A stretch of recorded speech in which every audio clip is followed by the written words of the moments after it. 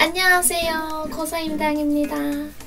여러분, 오늘은요 우리가 함수에 대해서 같이 공부해 보도록 하겠습니다. 함수는요 메서드라고도 들어보셨을 거고 펑션이라고도 들어보셨을 거고 여러 가지 이름으로 들어보셨을 거예요. 함수를 잘 쓰시면요 코드를 좀 더 보기 좋게 구조적으로 쓸 수 있고 코드를 재사용하기에도 정말 편리하게 하실 수 있습니다. 같이 볼게요.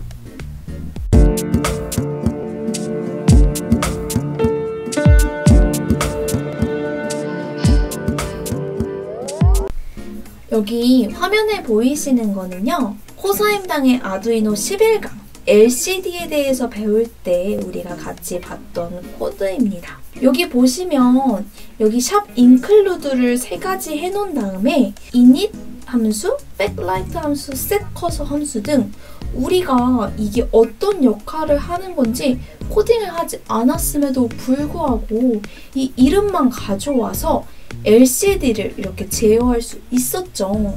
이거는요 이 함수 init 함수를 이 include한 이 파일들에 미리 함수로 만들어 놨기 때문에 우리가 이렇게 사용할 수 있었습니다. 근데 이 함수를 라이브러리에서 뿐만이 아니라 우리가 직접 만들어서도 사용할 수 있어요. 오늘 같이 함수가 뭔지, 함수 어떻게 만드는지 배워보도록 하겠습니다. 보시면 이번에는 어떤 코드가 있냐면요. 코사임당의 아두이노 13강에서 초음파 센서를 통해서 RGB LED를 제어했던 코드입니다. 이렇게 보시면 코드가 약간 긴 편에 속했었죠. 셋업 부분에서 이것저것 설정을 해주고 루프 부분에서 여기서 초음파 센서로 거리를 재고 시리얼 모니터로 출력도 해준 다음에 그 거리에 따라서 RGB를 빨간색, 초록색, 파란색으로 각각 이렇게 점등을 했었습니다. 기본적으로 코드는 위에서부터 아래로 순차적으로 실행이 됩니다. 근데 사실상 지금 이 코드도 길어 보이지만 짧은 편에 속하는 거예요. 실제적으로 작품을 만들다 보면 코드가 정말 길어집니다. 그랬을 때 끝도 없이 100줄, 200줄 이렇게 코드를 쭉 이렇게 순차적으로 실행하면 함수가 없이는 너무 코드가 길어지고요. 우리가 구조적으로도 파악하기 어려워집니다. 그럴 때 사용하는 것이 이 코드 중에 기능별로 따로 떼어서 함수로 만드는 거예요. 이거를 구조적으로 모듈화 한다고도 합니다. 이렇게 함수를 만들면요. 이 함수를 재사용할 때도 그 함수만 떼어오면 되니까 재사용할 수도 있고요. 구조적으로도 보기가 훨씬 편해집니다. 예를 들어서 이 부분은 초음파 센서로 측정한 거리에 따라서 RGB의 색깔을 바꿔주는 부분이기 때문에 블링크 RGB라고 이름을 붙여서 이렇게 함수로 만들 수가 있습니다. 앞에 코드를 글로 한번 적어봤어요. 루프 부분에서 초음파 센서로 거리를 재고 시리얼 모니터로 거리를 출력하고 그 다음에 거리에 따라 RGB LED의 색을 변경하는 걸 블링크 RGB라는 함수로 만들어서 이렇게 따로 떼어놓는 거예요. 그러면 코드는 아까 기본적으로 위에서부터 아래로 순차적으로 실행을 한다 했었죠. 그러면 루프 부분은 계속 반복이 되게 되니까 초음파 센서, 시리얼 모니터, 블링크 RGB 이렇게 계속 반복이 될 텐데 초음파 센서, 시리얼 모니터로 한 다음에 블링크 RGB로 오면 이 함수 부분을 차례대로 실행한 다음에 다시 돌아가서 이렇게 다시 초음파 센서, 시리얼 모니터 이런 식으로 코드가 실행되게 됩니다. 함수는 어렵지 않아요. 어떤 함수를 해줄 건지 함수 이름을 정해주면 되고요. 이 함수는 무언가 동작을 하는 거겠죠. 이 동작에 어떤 입력을 넣어줄 거고 이걸 동작을 해서 어떤 출력을 얻어줄 건지만 우리가 생각을 해서 만들어주면 됩니다. 조금 더 직관적으로 보기 위해서 제가 요리를 함수로 한번 표현해봤어요. 계란 후라이 만들기입니다.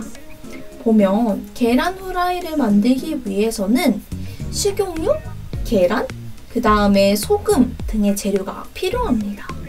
그 다음에 계란 후라이를 딱 하려면 프라이팬을 이제 뜨겁게 달군 다음에 식용유를 먼저 두르죠. 그 다음에 프라이팬에 계란을 톡톡 해가지고 넣습니다. 그리고 이제 계란 후라이에는 소금으로 간을 살짝 해줘야지 맛있는 거 아시죠? 그래서 소금으로 간을 약간 합니다. 이 과정을 모두 거치면요, 맛있는 계란 후라이가 생기게 되죠. 이 계란 후라이 앞에 리턴이라고 돼 있는데, 이 리턴은 이 함수를 통해서 만들어진 결과물이 이거야 라고 알려주는 겁니다. 이 행동의 이름은 계란 후라이 만들기고, 이 재료들로 이 과정을 거치면 계란 후라이가 만들어집니다 라는 동작을 하는 함수가 여기 있는 거예요.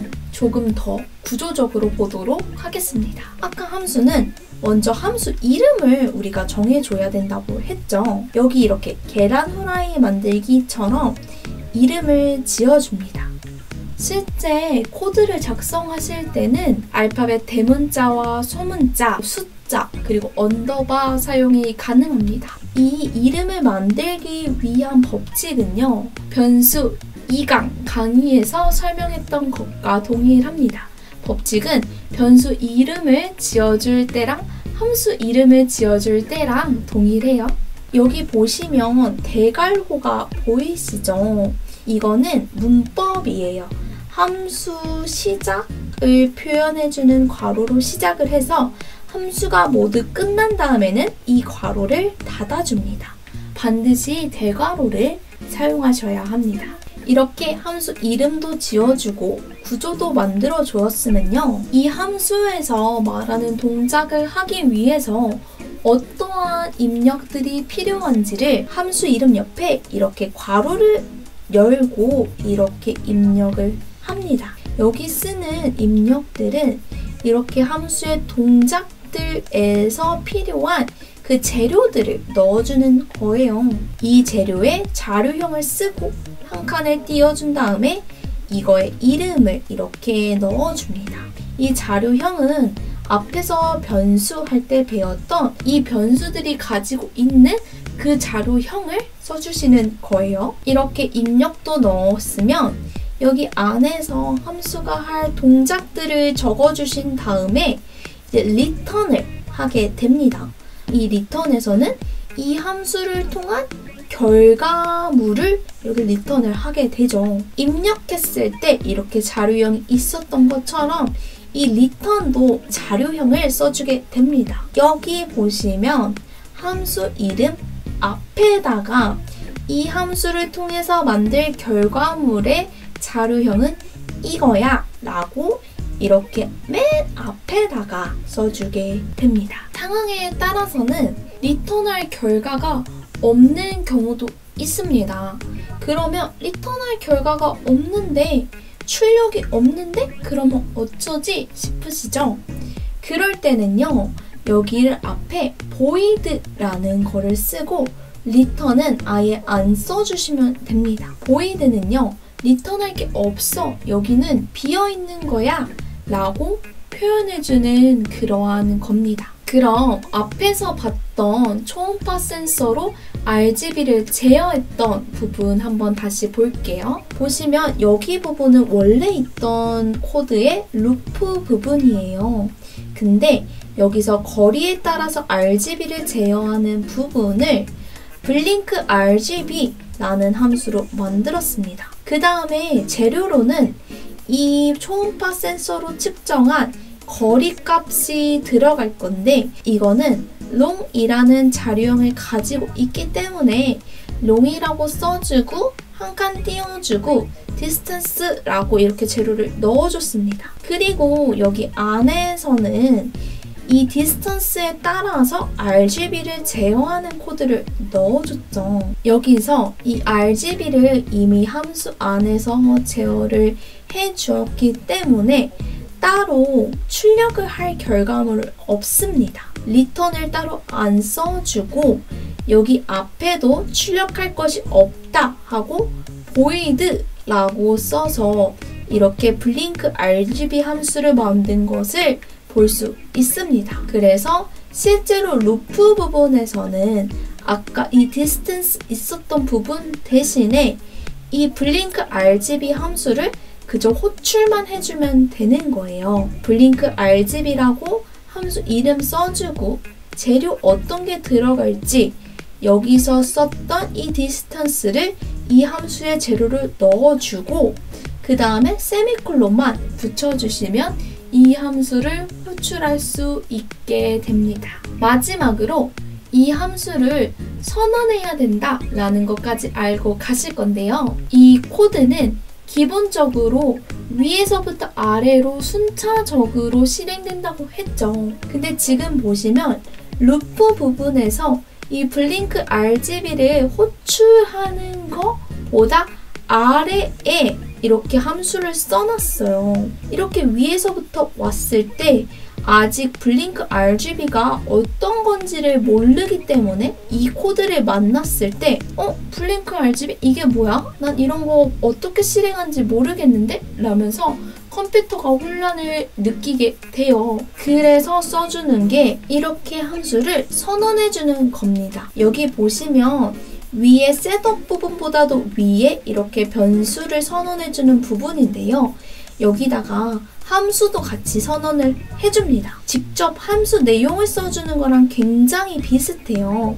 그 중에 여기 앞에 부분만 출력은 이 자료형, 이름은 이거, 그리고 입력 재료로는 이게 들어간다 라고까지만 말해주고 세미콜론을 써주면 함수를 선언해주는 결과가 됩니다. 비록 이 블링크 RGB가 어떤 내용을 가지고 있는지는 이 블링크 RGB 함수를 호출했을 때보다 아래쪽에 있지만 컴퓨터가 이 코드를 실행할 때 이 블링크 RGB라는 코드를 만났을 때 내가 위에서 봤던 그 선언해놨던 함수구나. 그러면 이 코드 아래에 블링크 RGB가 어떤 동작을 하는 함수인지 적어놨겠구나 라는 것을 알 수 있기 때문에 정상적으로 이 코드가 작동을 하게 됩니다. 제가 예시로 초음파 센서 강의할 때 썼던 코드로 보여드렸는데요. 이것뿐만이 아니라 조금 길다 싶은 코드들 여러분이 직접 변환해보시고 길지 않더라도 구조적으로 모든 코드들을 함수화시킬 수 있습니다. 그러니 LED 깜빡거리는 간단한 것부터 정말 복잡한 코드들까지 여러분이 직접 함수로 한번 만들어 보셨으면 좋겠습니다. 함수를 만들고 싶을 때 어떻게 만드는지 조금 헷갈린다 하시면 이 그림을 기억하시고 종이에다가 한번 써보세요.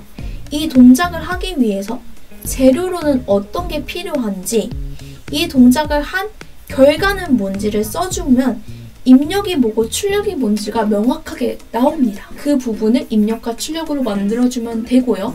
결과적으로 이 동작을 하는 함수 이름을 정해주시면 함수를 만드는 거 어렵지 않게 하실 수 있을 겁니다. 여러분, 이렇게 오늘은 함수에 대해서 알아봤는데요. 초음파 센서 했던 비포 코드, 그 다음에 함수로 만든 애프터 코드, 또한 제가 블로그에 업로드 해놓을 테니까요. 이거 꼭 다운받아서 실행도 해보시고 함수 만드는 거 여러분께서 직접 해보면서 함수에 대해서 익히셨으면 좋겠습니다. 그럼 저는 다음 시간에 뵐게요. 안녕!